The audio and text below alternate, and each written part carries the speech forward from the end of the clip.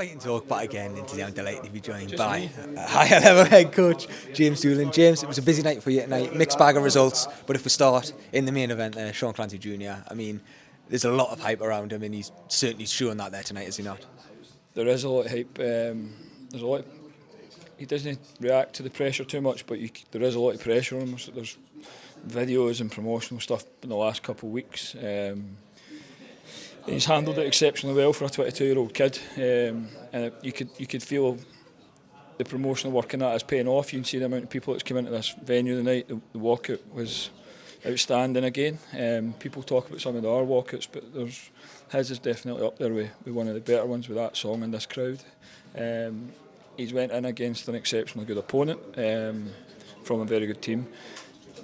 He's had the first round, close first round, survived a submission attempt, had some nice takedowns.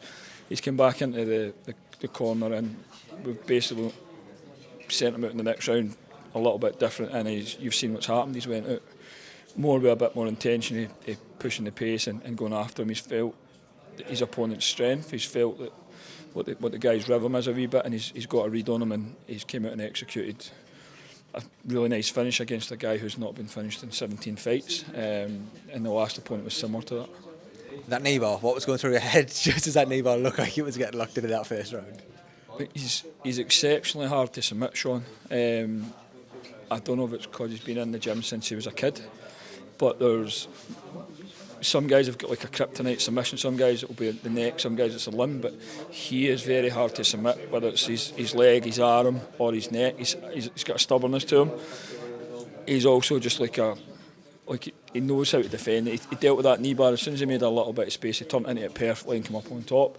It did look pretty tight, but again the opponent's entry into it and stuff like that was absolutely beautiful. We don't see that a lot in MMA, and it's not something we probably deal with every day at the gym and every day in the gym sparring and shit like that, but he's dealt with it really well.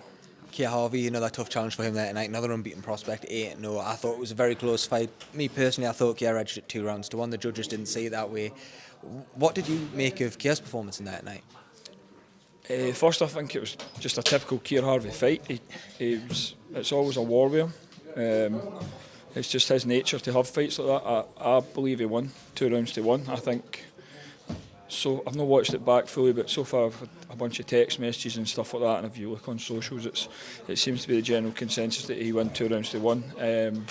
I don't know how we could possibly lose the round where he split the guy's face with that elbow and had time on his back and stuff like that, when damage is supposed to be the top of the scoring criteria. But I would like to see it back. There was a mishap with the third round. It ended up being 5 minutes and 40 seconds long, and I don't think Keir looked great in the last 40 seconds of overtime, which it looked like, because we were shouting to him 15 seconds to go, 10 seconds to go, and then the next thing the clocks are still running. But I'll need to see it back. But again, it was a typical Keir Harvie fight. He was fighting an 8-0 prospect. The kid looked good. He looked pretty solid and stuff like that, and tough. He matched Keir for toughness and stuff. But I did feel that Keir won the fight. Ryan Campbell, first fight out of your gym, made the move there at a higher level, like we're seeing so many Scottish athletes doing. Wasn't big for him tonight. It was deemed an illegal knee, obviously to a grounded opponent. His opponent said he couldn't continue, but he looked very good in that fight up until that point, did he not? Yeah, and he was a big underdog in that fight, Ryan. We knew that was probably going to be the hardest. We thought going into this night that Ryan had the hardest fight.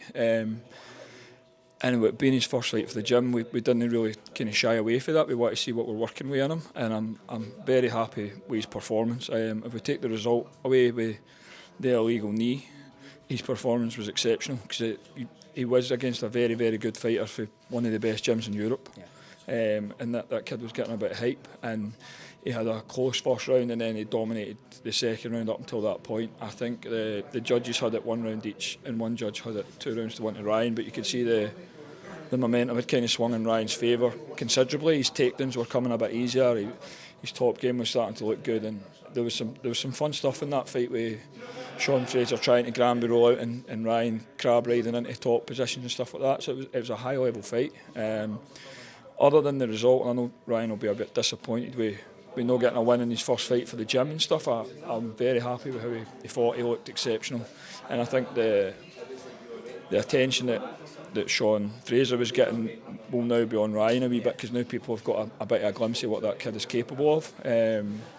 And he's done everything we've asked since he came to high level. He's been a great training partner and a great addition to the gym. He's got a brilliant attitude, and now I've got a wee bit more knowledge about how to work with him and stuff like that on the night. So I'm happy with the performance.